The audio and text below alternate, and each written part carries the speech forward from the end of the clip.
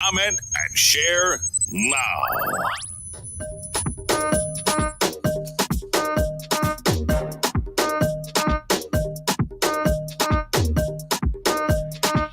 All right, welcome back to the wake up call, 8:30 a.m. on this side of the world. At this time, we're joined by Hance John. Good morning, Hans. How are you doing? Hi, good morning, St. Vincent and the Grenadines, Chris Delano, Extreme. Happy New Year to one and all. This is yours truly, Hance John. All right, it's true, it's true. Happy New Year. I've not seen you since. Yeah. You know it is already. It's been a long time. It's been a long time. How have you been keeping up, man? I've been keeping up pretty well, not too bad. Must give thanks and praise to the Almighty for sparing my life to, you know, be alive in 2022. I think no one right now would have thought they would have surpassed 2020, but we're into 2022 and we must give thanks for that, That is true. That is alive true. and well.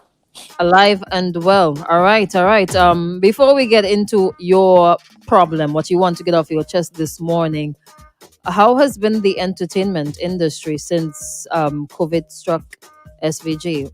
How have you been keeping up? Well, it was a time for reflection and to really rebuild, to refocus, and to really get the music career in the right direction as to know what you want, where you see yourself in the next 5 years, or if you would continue doing certain things the same old way, or you would adapt to the changing environment, the new environment, which is the virtual world, where we now have to communicate as such and to really interact with fans. So it has been totally different, in terms of adapting. But I would say for me, it has been a great journey in terms of where I want to see myself now. Networking, I've been doing a lot of networking. I've been doing a lot of studio work, and to really, be prepared for when, we open up back, and when the world, move past this whole pandemic and so forth. There's a lot of things that I've been thinking about, and we have been strategizing. My team, we sat down and we started to really see where we want to go, and the niche and the different markets that we want to capitalize on, the different producers that we want to work with, and so on and so forth. So we have been constantly working, and we're just waiting for when the time is right. But apart from that, I've been truly blessed with certain opportunities, like international opportunities and stuff like that. So for me, it was a learning and reflecting and refocusing and pointing myself in the right direction musically. Almost something that was needed, right time for that. Yeah, man, Yeah. it is needed, because sometimes, artists tend to plateau and you run out of ideas sometimes, and, you have to keep reinventing yourself and to adapt. So I think the pandemic really, show us the different means, the things that we took for granted in terms of social media, using it in the right way. People just use social media for the back and all, but now here we are now at a platform where we're having interviews virtually. I mean, different places and stuff Who like that. ever thought, right? Yeah, you start to really see the true benefits of using social media in the right way, and the virtual world, how to capitalize and get things monetized. And you start to see the different revenue streams, because you had DJs going live and they had the cash app. It's really opened our minds towards the technology that is out there and where the world is moving towards too, in terms of having, a cashless transaction, cashless transaction, in terms of you don't have to go into a supermarket to buy groceries anymore. You could do it online. And, in terms of the Eastern Caribbean side, because, North America and all these countries, Europe, they are moving towards that technology where, you don't use cash anymore. You use your card, you tap, and so forth. Or you even swipe your wrist now in some countries, and bam, you pay for your stuff. Yeah, All right. Okay. Wonderful. Wonderful. I'm glad that you use the time to your benefit, right? Now, speaking of the time and the downtime and not having the ability to perform as you would, I see you made some move towards the agricultural sector. So it's now Farmer John. Which is right, Farmer John. All right. All right. Congratulations. How long has it been since you started farming?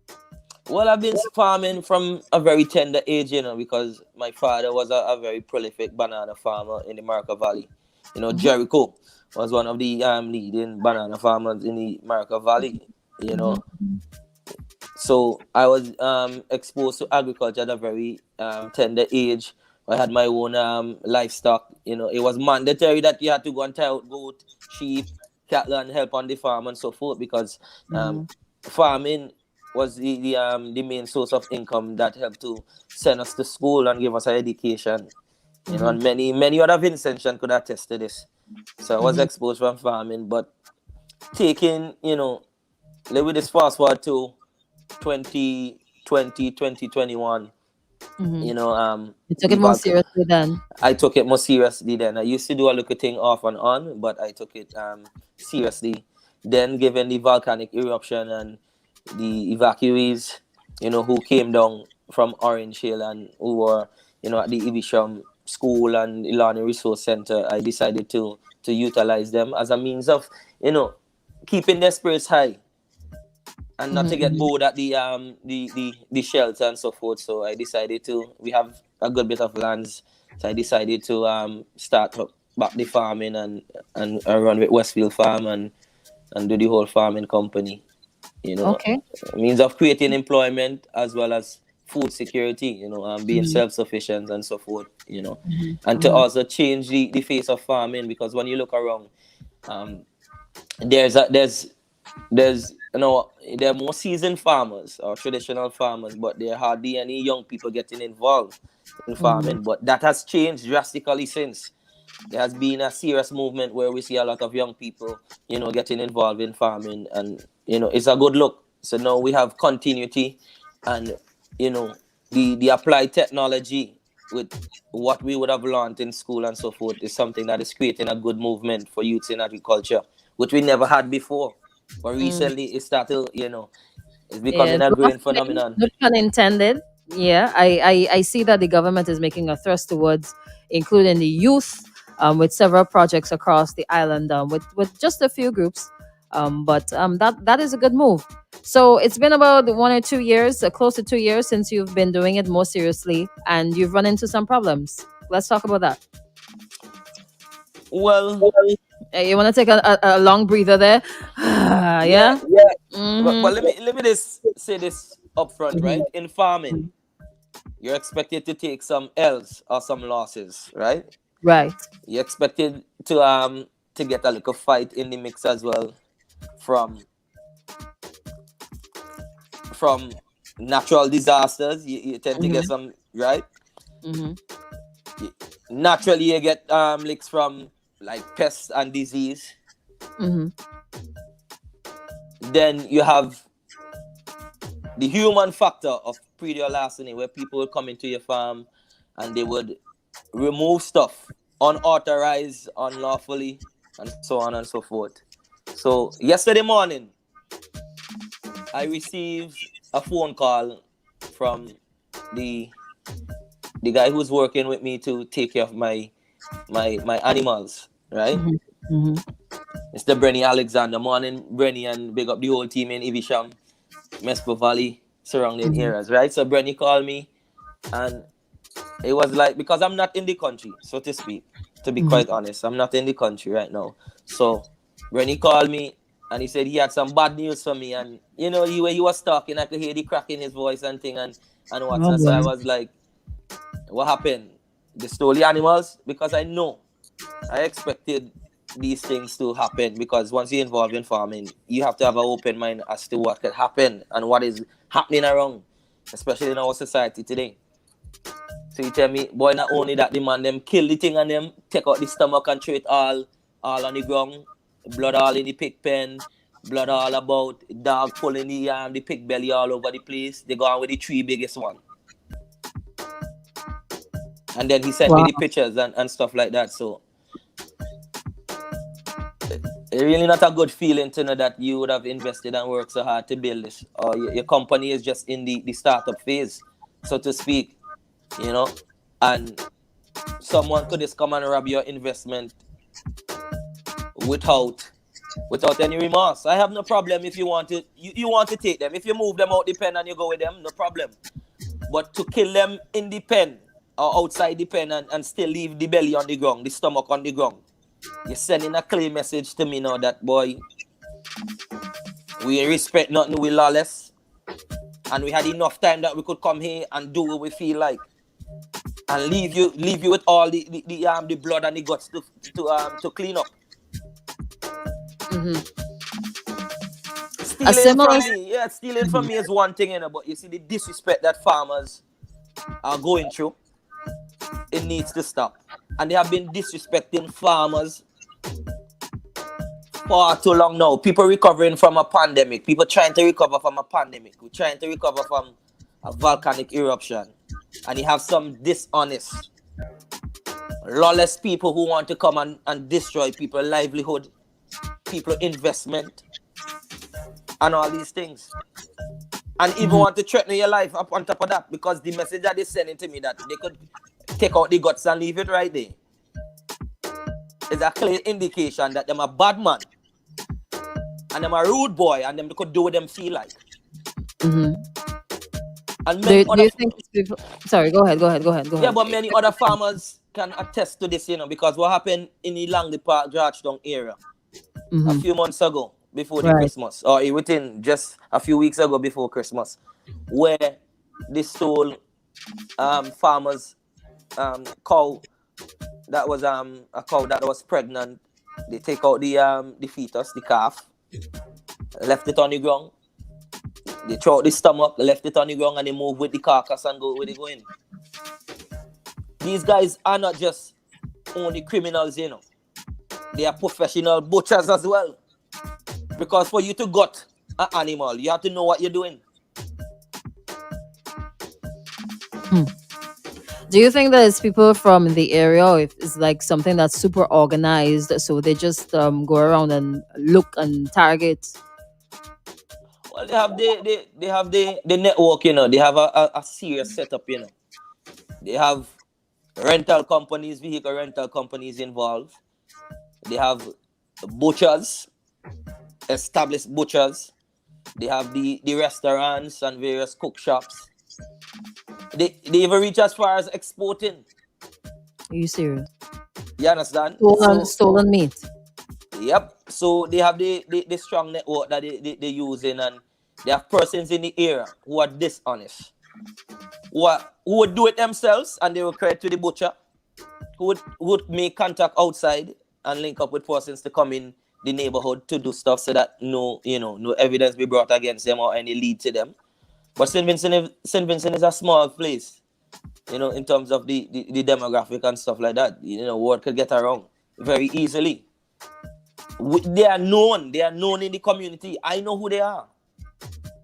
And other farmers know who they are.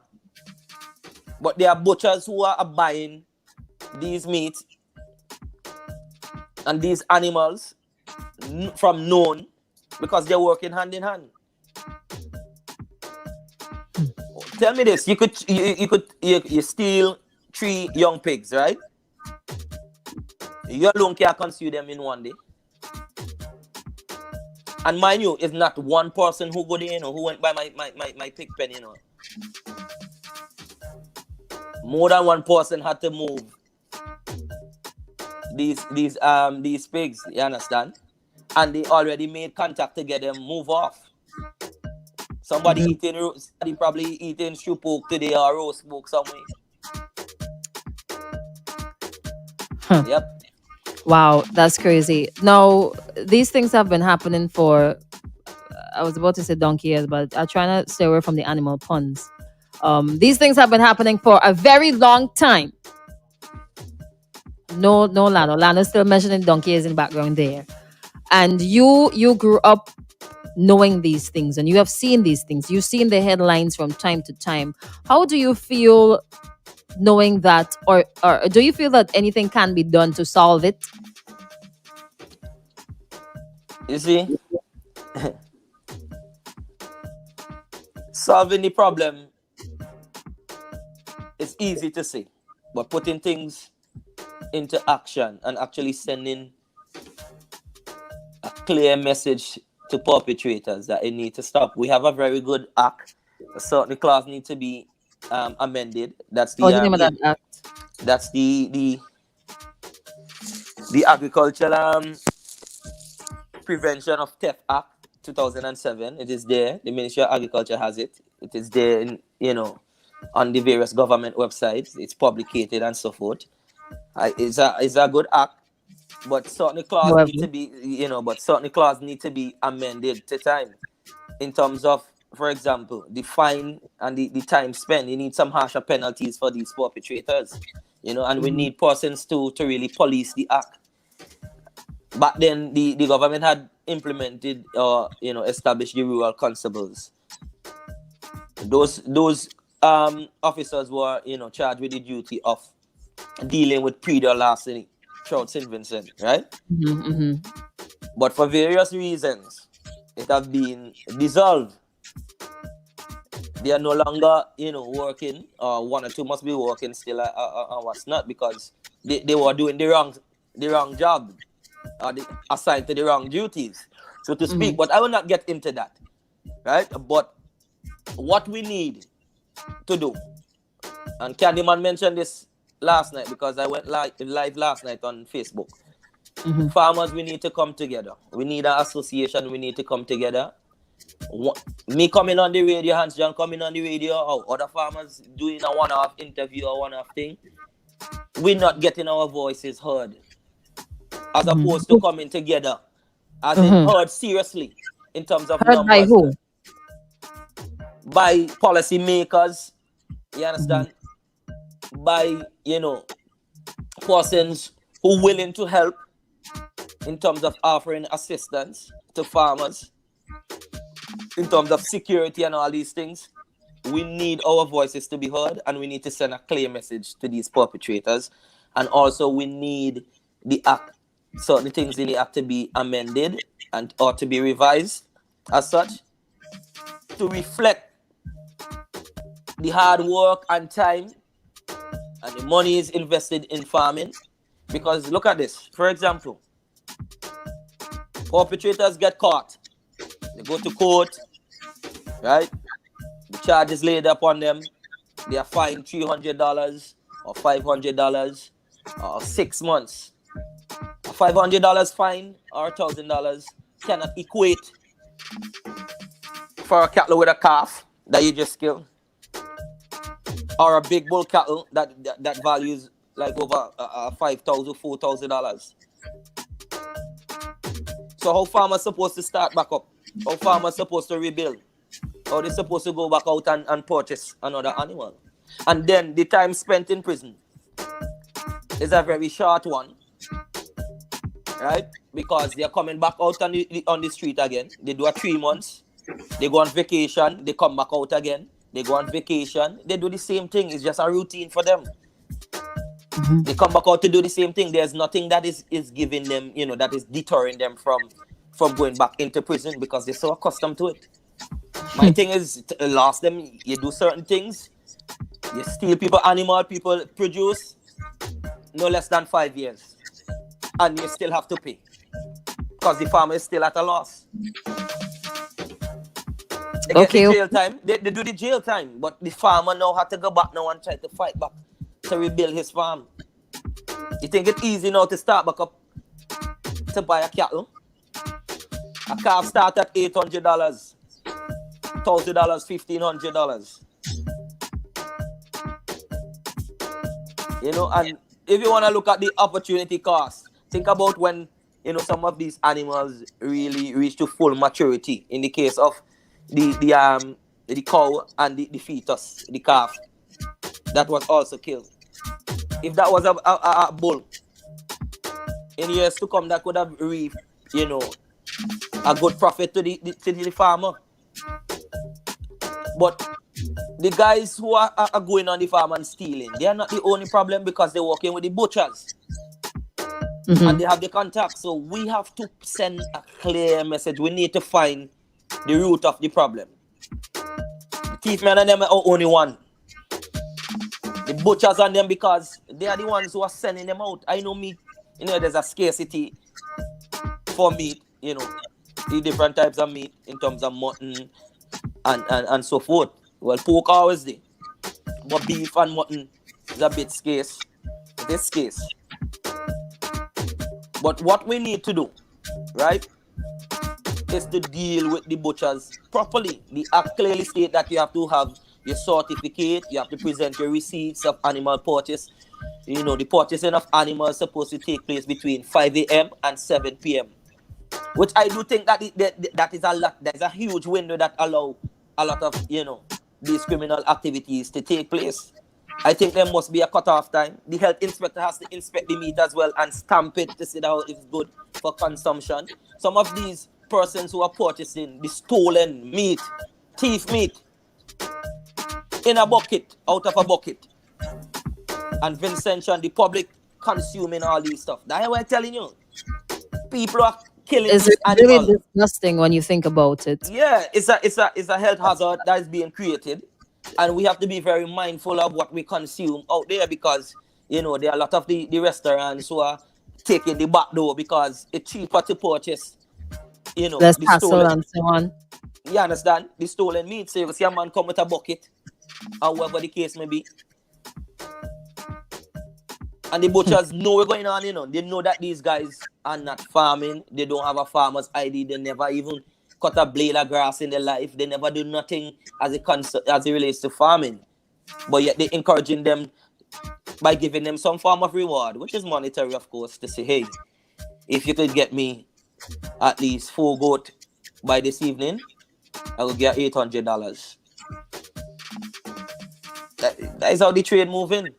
Wow. And That's really for scary. them, they're so advanced now that they're renting vehicles and they're going Well, if they around. get income, your incurring expenses, I mean, it's difficult to carry out your job, so you pay out higher rental or something. So it's a lot of people that are involved in this thing, as you said, it's a serious network.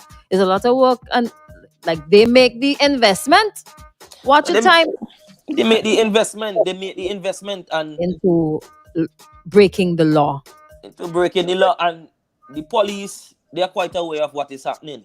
You But why understand? aren't they doing anything? Or why aren't they And doing enough? you see, look at this. And the farmers have to take some licks as well, too, because Okay. we're part of it in Okay. terms of yes, we need to take precautions and we need to put things in place in terms of security to secure our investments and so forth, right? But look at this. The law still gives or make way or make provision for these guys who steal your produce and your livestock, because the police will go and get them, lock them up. They go to court. By 3 months, they're laughing again. They passing the police and them on the road. I've seen it happen in my own And they're going back community. to find some The more police cabbage. go for them. The police go for them numerous times, lock them up, prosecute them. My own time as you look, so within 2 months, 3 months, they're back on the road again. And the police have to, keep. It's like a cycle.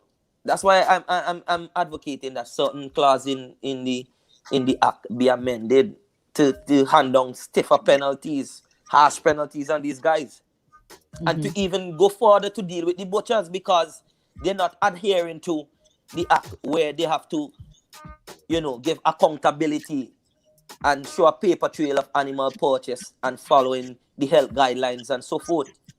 They Right, are right. also breaking the law. The butchers who are connecting are breaking the law, and we even have to go further with the cook shops. Once you are, yes, they need to go in on them. Rental company, everybody involved, all the parties involved in destroying people investment and giving farmers a hard time and want to cripple farmers. You have to pay the penalty as well. You have to go to jail or be a big fine, no less than Are you 5,000. Yeah, take away your license, to sell food, take away your butcher's license. If you have a rental company, you understand. If you're unable to pay it, you have to dissolve your company. You suspend whatever the case may be. You're no longer allowed to do business because let you me ask cause. you, let me sorry. I understand that there's a lag between us, right? So sometimes you might hear it and it might sound like I'm cutting you across. But I have seen from time to time the Minister of Agriculture, Honorable Sabota Caesar, sharing your success on social media. Have you spoken to him about these issues Well, and your ideas? I've raised a lot of concern, and Minister Caesar, good morning. I do wish you a speedy recovery, and all the ministers as such. But I've raised great concern, and I've had conversation with Minister Caesar.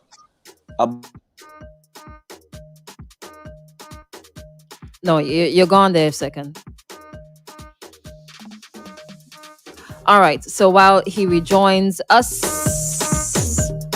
we're talking about Pretty Larceny again, right here on the Wake Up Call.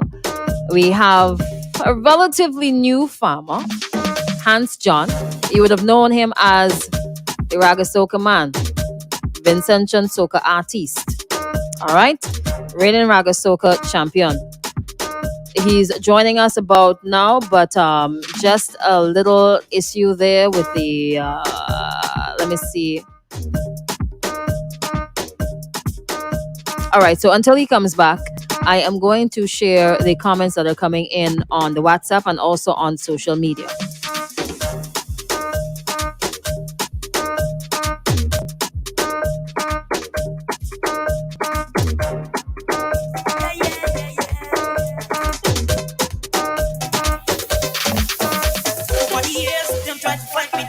Keep on striving for them alone. Them would have taken life, they would have stopped me from living. Give thanks for life, this life, but this life is worth living.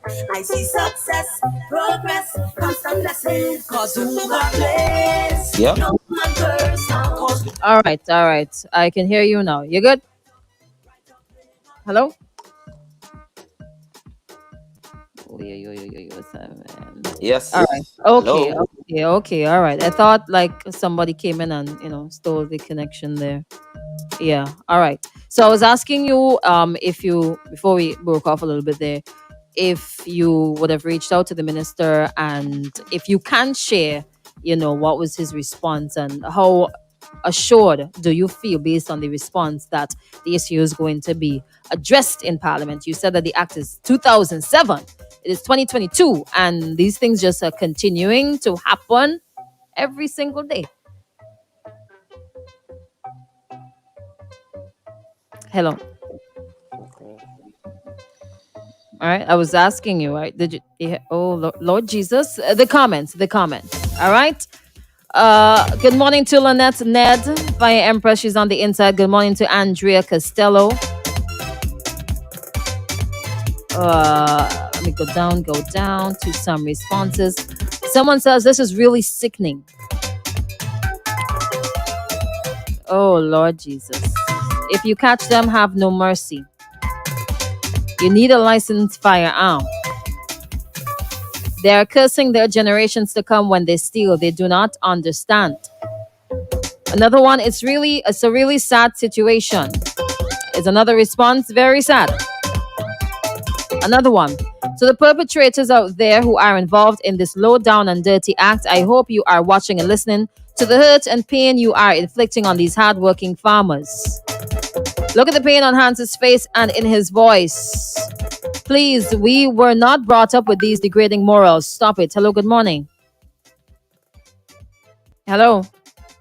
Sorry about that. Hello. Yeah, hello. You hear me? All right, you're going to make it quick, all right? Yes, okay. I'm going to make it quick, very quick. Because quick is what I've been doing all the time. I'm speaking agriculture. I'm speaking about the very serious situation with these farmers. Not just the animal farm. Mr. Gibson, he could tell you how much times called personally about the Caesar and nothing happening. And this guy is still saying an act. My brother, if you put Crystal, this is simple. If you put Crystal as your leader, you will get this matter fixed. These people have no interest in farmers.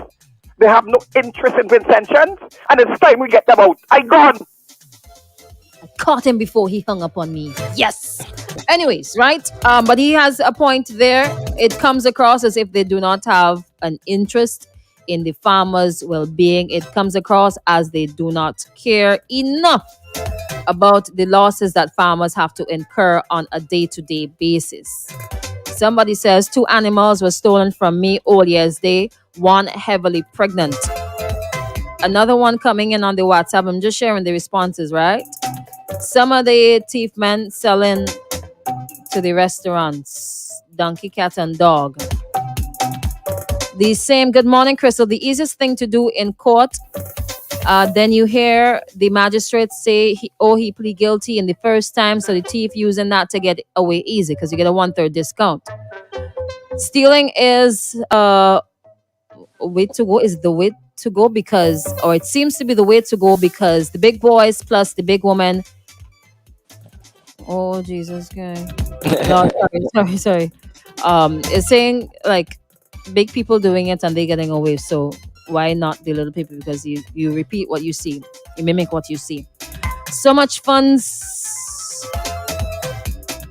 come for North Leeward and they ain't get it. The same animal police who take the animals report them involved in the stealing to go and cook at the same police station. Wow. Lord have mercy. Just responses for Wow. mixing. But how assured, how comfortable do you feel knowing that you had this conversation with the Minister of Agriculture, right? How comfortable do you feel that the issue is going to be addressed, at least within this year? Or assured? Well, Crystal, let me be honest here. That looks like a not really. No, let me be honest here, right? Mm-hmm. Not only the Minister of Agriculture knows the magnitude of what is happening, society on a whole knows the magnitude of the problem that we're facing as farmers, right? Mm-hmm. Mm-hmm. Yes, the government or the minister might have his shortcomings when it comes to addressing certain things, right? Mm-hmm. But we are all Vincentian and we had to take a holistic approach. We all had to play our part. Mm-hmm. It don't matter if they might put things in place, but once you still have society that is encouraging these guys and allowing them to move forward with these activities, it will not stop. That's why I'm appealing to farmers. We need to come together. We need to join forces. And we need to take a united front. And we need to address the problem together. We need to address the problem together. It's all good. We could point fingers. We could say, boy, Saboto ain't answering the phone. Saboto ain't doing this. Saboto ain't doing that. But we need to come together and look out for ourselves as well. I'm not being political. I'm not getting into politics or whatever the case may be. Because I know that is the atmosphere and the climate when it comes to certain things. People like to coin it as being political and so forth. But I'm not on that. I'm just saying, in our own great interest and our protecting our investment, let us come together and let we defend our stuff and let we go with the ideas and the proposal. Let we put them forward.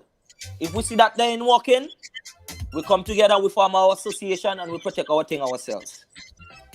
In addition to that, the perpetrators need to be properly dealt with by the system. Who is in charge of the system, Hance? The policy makers, which we are aware of. We know that, right? The policy makers with the shortcomings. Right? All right. But what I'm saying, Crystal, look at this. And I don't want us to be clouded by this, by what is happening to say whatever. Look at this, right? They went in my pig pen, they stole whatever. Right? Yeah. I have to now come up with ways now and means of protecting my property as well. I cannot wait on the government to come and say, Hance, you need to install fencing. Which and while it could give some incentive that could help. But okay. I need to go. I need to the problem, yes. I need to analyze where the loopholes are to make it difficult to secure my produce and my livestock and take the necessary precautions in doing so. You won't leave your window open and go to town and you have thief men. You would try to secure your property. You will lock the window. You would install burglar bars and so forth. You will get dogs, you will get cameras and stuff like that. But mind you, some farmers will not be able to protect my own property and protect myself from people who are not entitled to my things. I have to spend so much money and put myself in debt to, some people cannot afford those things. Yeah, we know, we're quite aware. That's why I mentioned that the government could give some form of incentives, to really help out the situation. But we can't solely depend on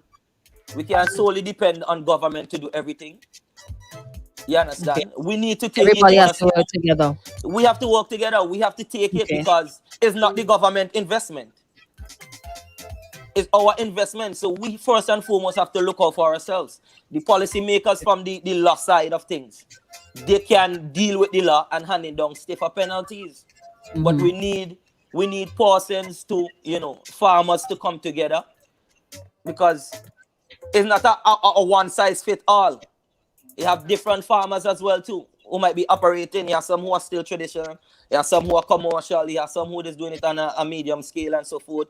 We have to know where we at, and where I could to really give the government some stick when it comes to data collection is knowing the statistics and get farmers registered, so you can know who farming, who ain't farming, the registered farmers and stuff like that. We need to clamp down on that. The Ministry of Agriculture needs to clamp down on the statistic and using that data in the right way, using that data in the right way to know who is registered, who is unregistered, know who are animal. If I plan...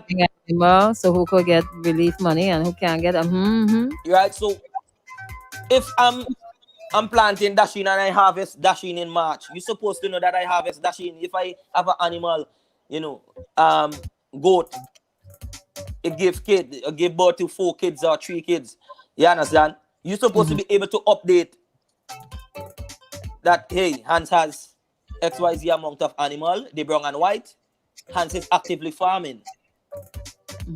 Some sort of system in place. System in place. And even I'm getting some feedback when it comes to the act. If we are aware of the act and you really disseminate the information and you have someone policing the act, it would be a difficult time for those persons, because right now we have nobody policing the act. It can work. I read it myself. I read it myself. And I see where things can be amended and where things could be, done to really help prevent certain things. You understand? But we need to see it as a serious issue. And as I mentioned, the government, society, we all know the magnitude of the problem that we're facing. But we need to address it. You understand? But people not being... You see, we come from a society as well too, that... Boy, we like to point our fingers and we like to blame everybody. We like to point our hands in certain direction and say, boy, X, Y, Z and what's not. But that still does not give the right for the dishonest person to leave from where they leave from and come on your property. We could bash the government, we could say whatever, we could do whatever. But the dishonest individuals, how do you feel that you're taking away somebody's livelihood? How does it feel that, you feel that people have kids to take care of, and you're taking away their livelihood? Some farmers even can't catch themselves from what happened in the pandemic and recovering from the volcanic eruption. What about farmers in the red and orange zone who are struggling to get themselves back together, and you go out there and you destroy the people and their livelihood? How many? I don't think they care. I don't think they care. But we gotta wrap things up now because we're a little over time. All right. So any final words? First of all, I want to thank you for taking the time out to address this issue. And I hope that other farmers can come forward and talk about it. Maybe the more we talk about it, maybe the more we address it, the more we hear from the farmers themselves. Because sometimes it's just stories. All right. Go ahead. But Crystal, in closing, right? Thanks for having me, and for persons who are listening this interview, right? I'm appealing to the farmers. Let us come together. Let us come. We are stronger in numbers. Let we come together and let we put a stop to this. Let we mitigate this thing. Let we prevent this thing. You understand? Because what these people are trying to do, is trying to instill fear in us, and they want to close down our businesses, People who are struggling to make ends meet, they want to close down, They want to close us down, The butchers and cook shop needs to be closed down. They need to be shut. And the perpetrators need harsh penalties. I know you guys are hearing me out there, It's because people had their families and people don't want to go down a certain road with all you. That's why we tend to leave all your while, But watch me, time reveals everything. And in due course, I know once we come together, once we are united as farmers and we address this problem, it will stop. It have to stop. And I'm encouraging farmers nationwide. People protest for all kind of different reasons. People don't want to protest when it comes to these things to defend the farmers. We had to look out for we. We had to look out for we. We had to protest just the same too, because since the pandemic, and I know we press for time, since the pandemic, Crystal, yes, the increase in local consumption, food consumption, has went up. Every other sector has took a hit. What people had to eat, the agricultural sector was the only sector that stayed afloat. And we had a serious increase in local consumption and local food production. And that is something that shows the importance of food security and farming in St. Vincent and the Grenadines. Even with the fishers are complaining as well. The thief in the lobster pot, they're doing all kind of stuff. We need to address this issue. We need to unite and deal with it. I ain't protesting for no stupid reason. I ain't protesting because XYZ. And let us not make it political. If we're going out there, we defend the farming community and youths in agriculture. My name is Hance Joins, and trust me, I'm really upset right now. And I feel it to the heart because look at Brenny Alexander. They stole 10 sheep from him, 6 pregnant, nothing. So we're going to sit back and allow these guys to live off for us, our hard investment. Come on, man. All right. Thank you so much, Hance. Have a good day, all right? Thank you. All right.